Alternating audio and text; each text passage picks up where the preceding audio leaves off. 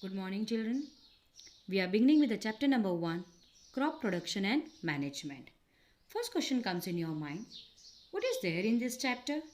What we are supposed to study in this chapter? The name itself suggests that we are going to learn about crop production. That is, how crops are produced. What are the steps involved in the production of crops? Even we are going to learn certain terms and tools used in agriculture. Second question comes in your mind. Why we have to study this chapter? Children, you know our country is agriculture based country. 70% of the population of our country are engaged in this sector. Since the population of India is increasing very rapidly, to fulfill the food requirement of such a large population, increased production, proper management and distribution of food is necessary. That is why it is important for us to learn about crop production. Now, suppose if we are talking about early men. Early Asian people were nomadic people. They were moving from one place to another in search of food and shelter. Later, they learned farming and started cultivating wheat, rice and other food crops. In this way, agriculture came in practice. Now, children, you know food is very important for us. We cannot live without food. Why do we need food? We need food to get energy, for growth, to be alive, for repair of our body, for proper functioning of the body. There are two main sources of food, plants and animals. Wheat and rice are common examples of food from plants. Meat and egg are common examples of food from animals. We have already learned that plants are called autotrophs. They can make their own food. But animals cannot make their own food. They are dependent on plants directly or indirectly. Before we go further, we should know the meaning of the word crop. Crops, plants of the same kind grown at one place on a large scale are called crops. For example, a crop of rice means that all the plants grown in a field are of rice. Children, I am ending up here only.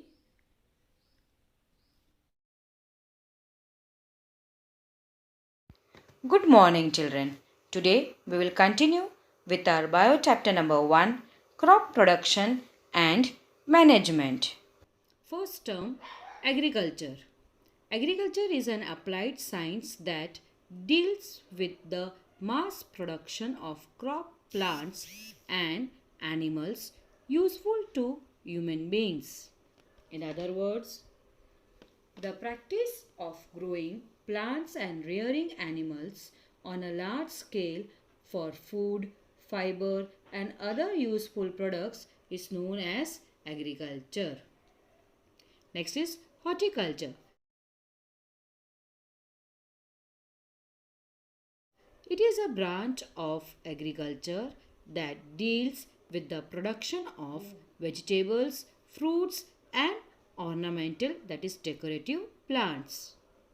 Remember children, agriculture is a branch of science whereas horticulture is a branch of agriculture. Some important horticultural crops of India are potato, tomato, cabbage, that are vegetables, apple, pear, which are fruits, rose, jasmine, croton and ornamental plant. The product of cultivated plants is called crop produce. Types of crops. First we will see classification of crops on the basis of crop produce. First, cereals: wheat, rice, bajra. Pulses: gram, pea, bean. Do you know difference between cereals and pulses? Pulses are leguminous crops. They increase fertility of soil. They are rich in protein. They have low level of carbohydrates, whereas cereals have high level of carbohydrates. Next, vegetables: cabbage, cauliflower. Fruits: mango, apple. Next, spices: cardamom, black pepper. Fiber crops: cotton, jute. Plantation crops. Plantation crops are also known as cash crops because they are grown for the purpose of sale and profit. Tea, coffee. Oil crops: groundnut, mustard. Sugar crops: sugarcane, sugar beet. Medicinal crops: tulsi, neem. Timber, teak, shisham. So this we have seen the types of crops on the basis of crop produce. In the next video, we will see types of crops on the basis of seasons.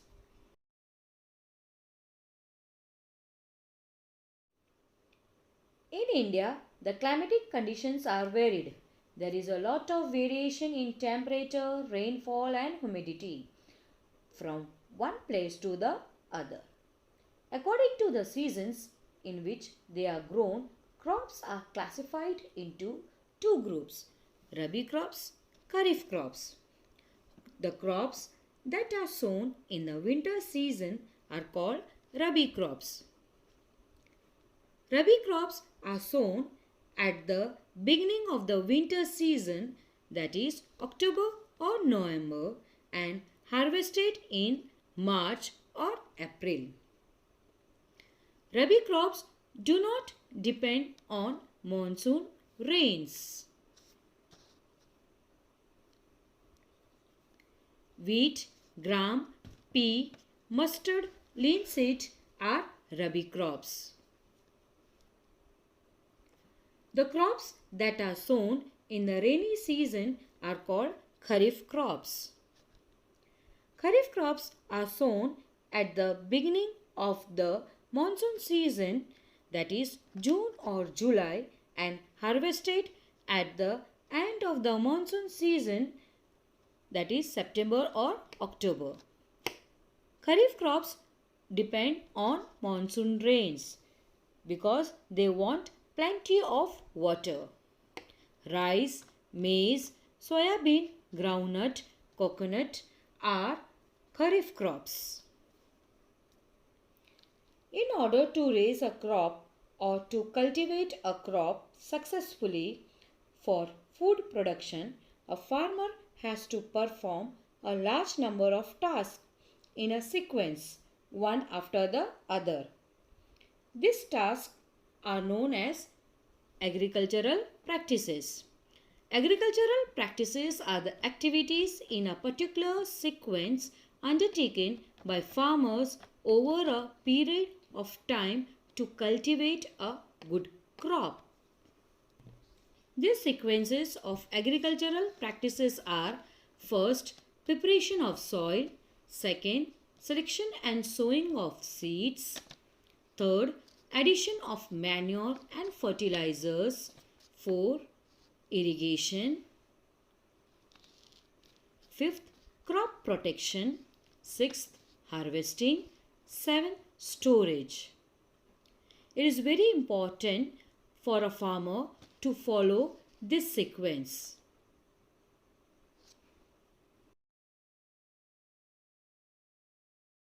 Good morning, children. Let us pick up from where we left off yesterday. Right, agricultural practices. The steps of agricultural practices are preparation of soil, selection and sowing seeds, addition of manure and fertilizers, irrigation, crop protection, harvesting, storage. Today we will do preparation of soil. What do you think most important requirement for agriculture?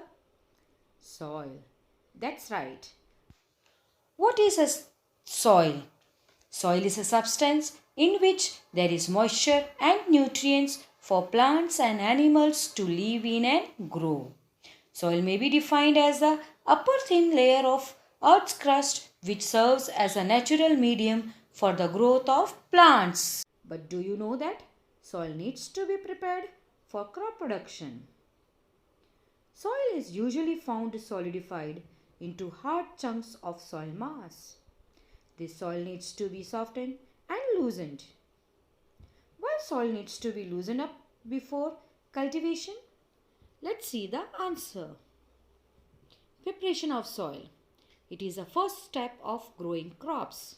It involves plowing and leveling. The process of loosening and turning of the soil is called plowing or tilling. Simple words, making soil up and down. The loosening of soil is beneficial. Let's see why. First, it creates more air space. The loose soil allows the roots of plants to breathe easily even when the roots are deep. Loose soil particles hold more water for a long duration. This helps the roots to absorb more water. The loosening and turning of soil during plowing brings the nutrient-rich soil to the top so that the plants can use these nutrients. Do you know any natural agents that help this process? We usually refer them as farmer's friend. Yes, the answer is earthworms.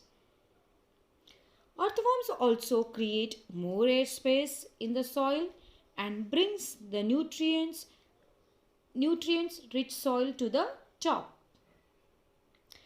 Even loosening promote growth of microbes. Microbes add humus to the soil. Loosening also helps to remove weeds. Weeds are unwanted plants. It helps in uniformly mixing of manure or fertilizers. It allows the roots to penetrate deep into the soil so that plants are held more firmly to the ground. Next is leveling. Before moving to leveling, let's see agricultural implements. The various tools needed during the agricultural practices are called agricultural implements. Agricultural implements used during the plowing are plow, hoe, cultivator. Let's see in detail each of them. First, plow. It is used for tilling and scraping of soil, weeding means removal of weeds, manuring means adding manure, etc. It consists of strong triangular strip of metal called plowshare. There is a long rod of wood called plow shaft. The other end is attached to a beam which is put on the bull's neck. The plowshare is curved to turn the soil after cutting. Next is hoe. This is used for removing weeds and loosening the soil. It consists of a long rod of wood or any metal. A strong, broad and bent plate of metal is fixed at one end of long rod which works like a blade. At the other end, a beam is attached.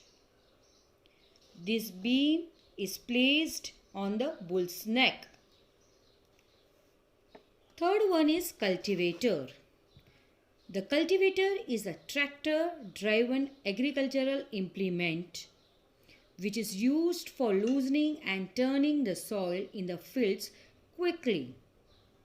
A cultivator has many plowshares which can dig into a considerable area of soil at the same time, loosen it and turn it.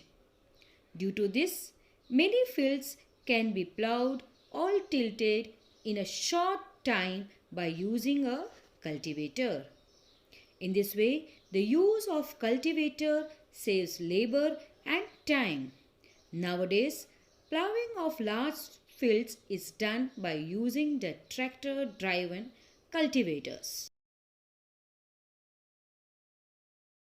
After agricultural implement, let's see leveling. After plowing, the plowed land is leveled and pressed tightly with the help of a wooden plank or iron leveler. A leveler can be driven by animals or by a tractor in the field. Let's see why leveling is done. The plowed field may have big pieces of soil called crumbs which need to be crushed. Leveling also prevents soil erosion. The leveled soil is not blown by wind or drained off by water. Leveling also helps in the uniform distribution of water, that is moisture and manure. Sometimes manure is added to the soil before plowing. This helps in proper mixing of soil with manure. Some fertilizers are also added before the sowing of seeds and some are added later. Children, please don't draw any diagram of tools. Good morning, children. Today we will begin with our new topic, selection and sowing of seeds. Once the soil in the field has been prepared by plowing and leveling, seeds of the crop can be sown in it. This is the most important stage of crop production because plants grow from seeds. While selecting seeds, following precautions should be taken. Only clean, healthy and disease-free seeds should be selected. Seeds should be treated with fungicides. Fungicides are chemicals that kills disease-causing fungi. After the selection of seeds, they need to be sown in the field. Sowing of seeds is a process of placing seeds in the soil. Again, care must be taken while sowing them. Seeds have to be sown at the right depth, neither too shallow nor too deep. If the seeds are just spread on the surface of the soil, then the seeds will be eaten up by the birds. And if the seeds are sown too deep, then they may not germinate because they cannot breathe, cannot get sufficient air at greater depth. So, the seeds should be sown at right depth in the soil which is suitable for germination. Even seeds have to be sown at right intervals so that they get proper air, sunlight and nutrients. This is because if the seeds are sown too close, then plants formed from them will also be too close. and will not get enough air, sunlight, and nutrients. So it is necessary to have appropriate distance between the seeds to avoid overcrowding of plants. This allows the plants to get sufficient air, sunlight, and nutrients from the soil. On the other hand, if the seeds are sown too far apart, then it will be a wastage of field space. Good morning, children. Today we will continue with the same topic, selection and sowing of seeds. In the previous session, we have learned that what are the precautions should be taken while selecting and sowing seeds. Today, we are going to learn about what are the methods of sowing seed. The seeds can be sown by first broadcasting or manual method, second by traditional tool, by seed drill, and the last transplantation. Now let's see broadcasting or manual method.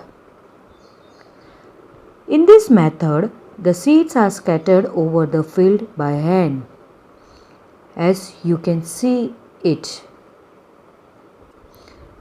Observe it very carefully.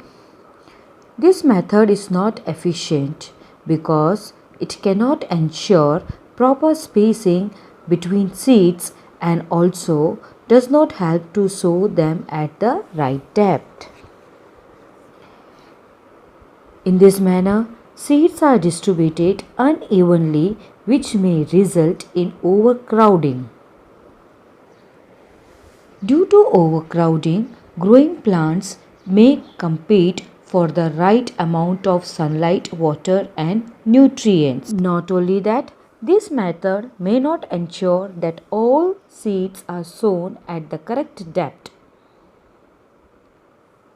If seeds are sown close to the surface of the soil, they may be eaten up by birds, and if they are too deep, they will not able to germinate. Now, by traditional tool. Traditional tool is a funnel-shaped tool provided with 2 or 3 pipes. The pipes have sharp ends.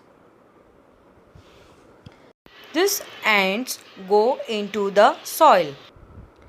The seeds, as you see, the seeds are filled into the funnel, passed down through the pipes with the sharp ends. The sharp ends enter the soil and place the seeds there. Basically, this tool is used with the help of animals. Good morning, children. Now let us begin with the third method, by seed drill. A seed drill has a funnel-shaped seed bowl connected to several tubes. The drill is attached to a plough. As the plough makes furrows along the field, the seeds in the seed bowl are released through the tubes and get deposited in the soil. Nowadays, a seed drill is used for sowing seeds with the help of a tractor. Now, what are the advantages of using a seed drill? First,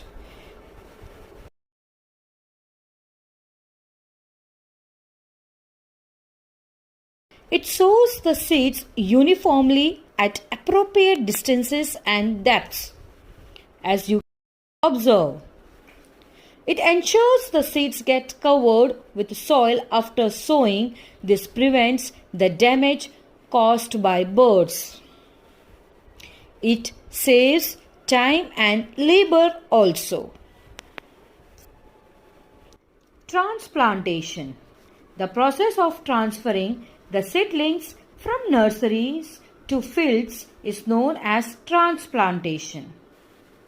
As we know, most of the crops are grown by sowing the seeds directly in the soil, but in some crops like paddy such as rice and many vegetables such as tomatoes and chilies, the seeds are first sown in a small plot of land or nursery and allowed to grow into tiny plants called seedlings by providing them with a good amount of nutrients.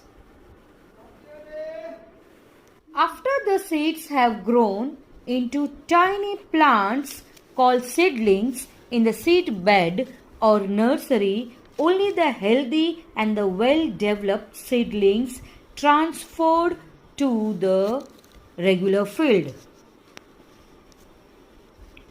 During transplantation, proper distance is kept between the various seedlings and also between the various rows of seedling to get sufficient sunlight, water and other nutrients for normal and healthy growth.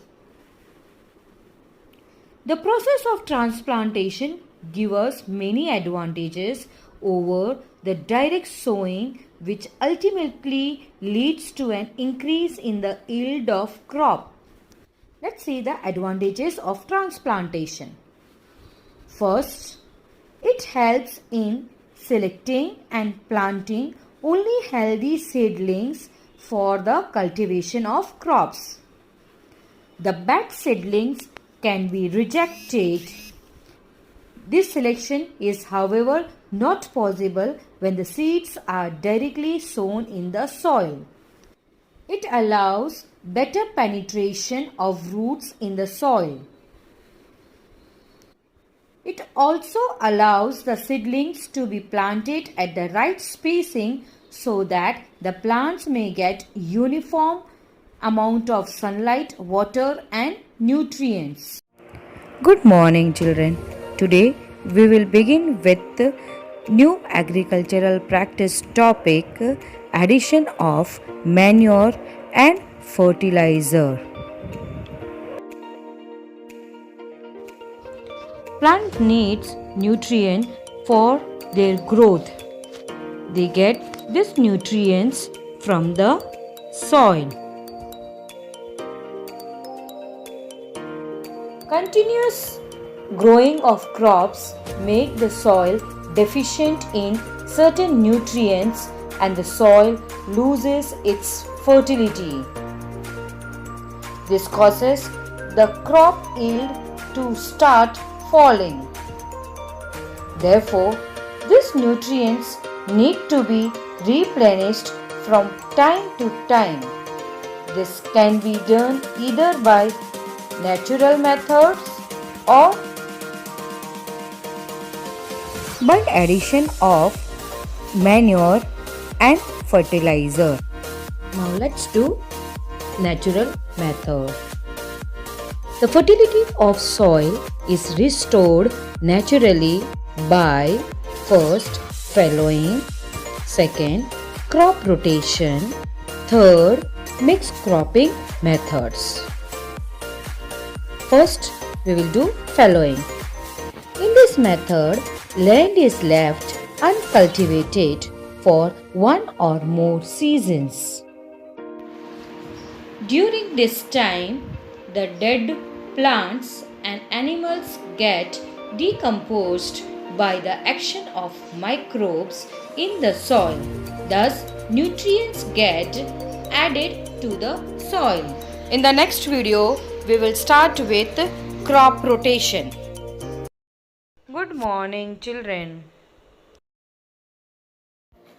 Before we begin with crop rotation and mixed cropping, we should know something about leguminous crops.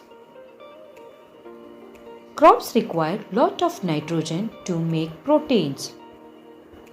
Nitrogen is present in abundance in the atmosphere, but plants cannot use it directly.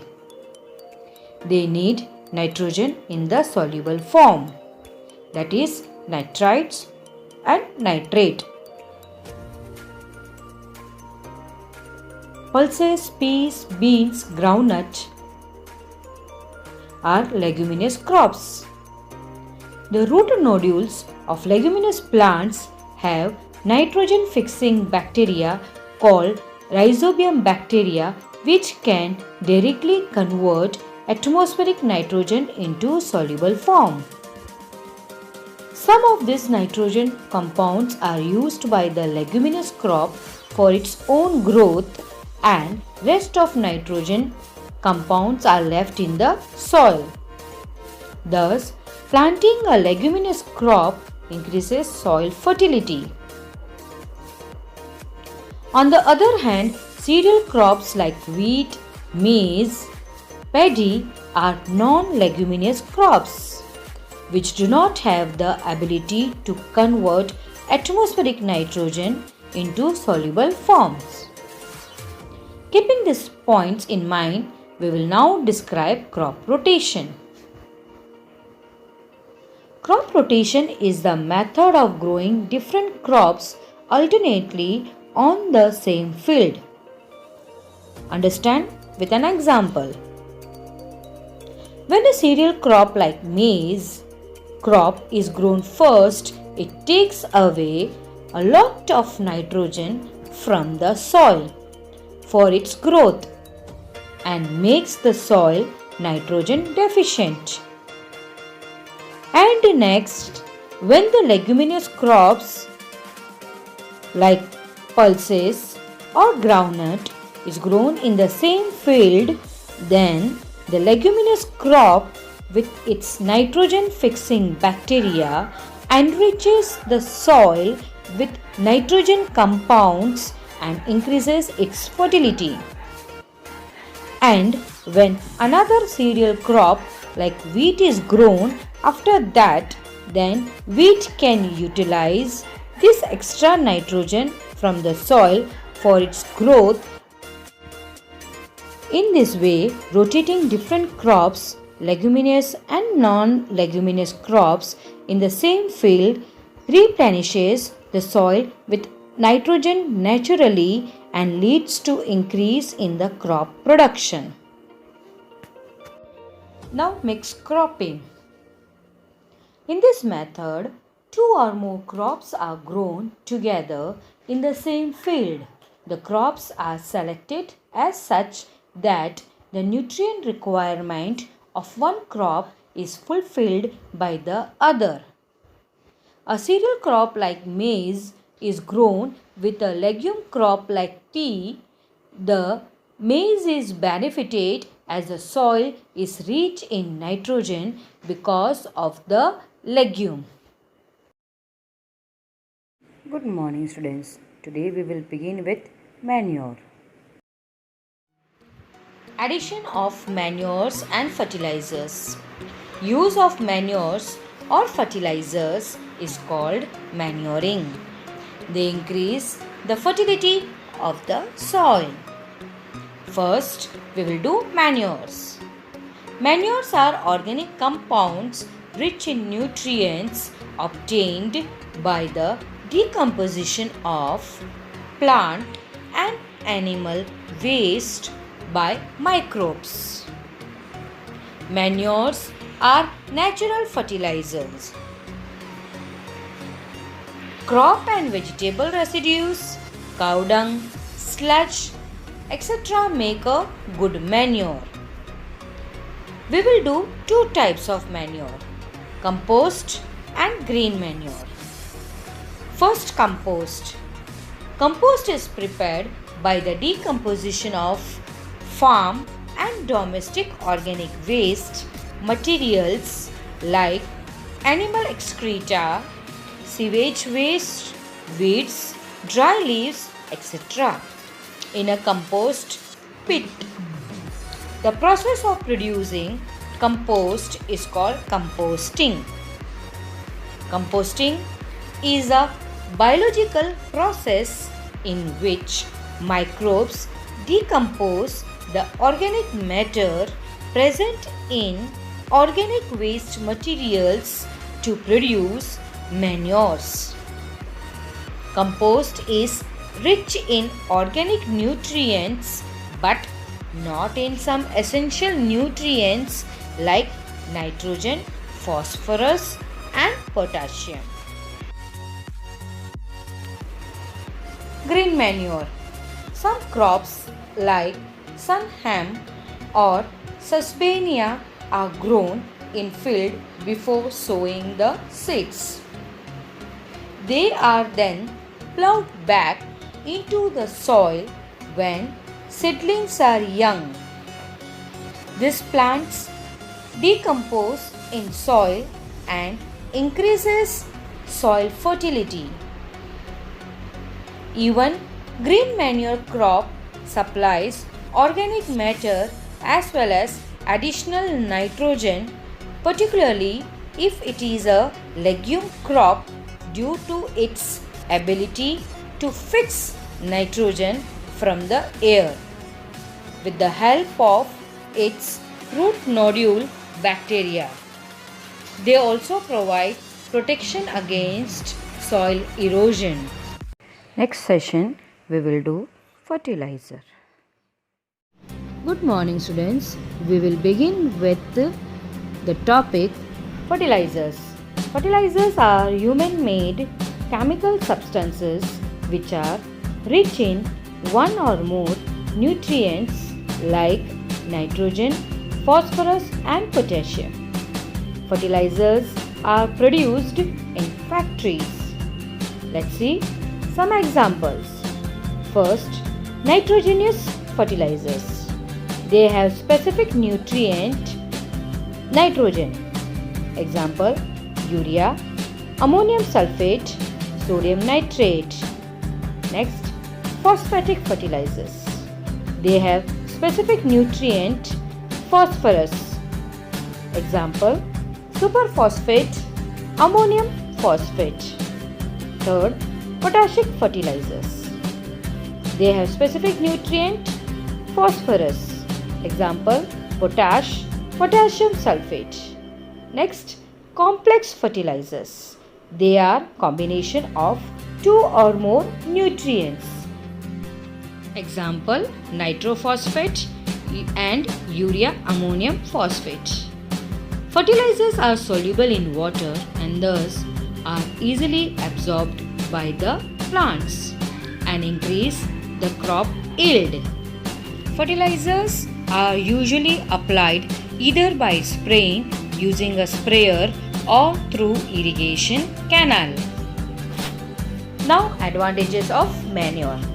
The organic manure is considered better than fertilizers. This is because it adds humus to the soil, enhances the water holding capacity of the soil. Third, makes the soil porous, which makes exchange of gases easy. Fourth, increases the number of soil friendly microbes. Next, improves the texture of the soil. It is not expensive and can be easily prepared from waste in the farm. Does not cause water pollution. Now we will see disadvantages of using fertilizers. Modern agriculture depends greatly on the chemical fertilizers.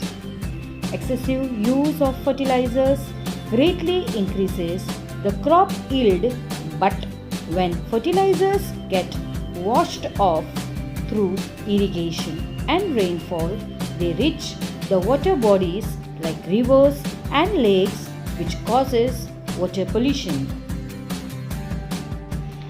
The polluted water is unfit for human consumption. It even kills the aquatic animals such as fish. Fertilizers are non-biodegradable, thus also cause soil pollution. To maintain the fertility of the soil, excess use of fertilizers should be avoided and use of manures should be promoted.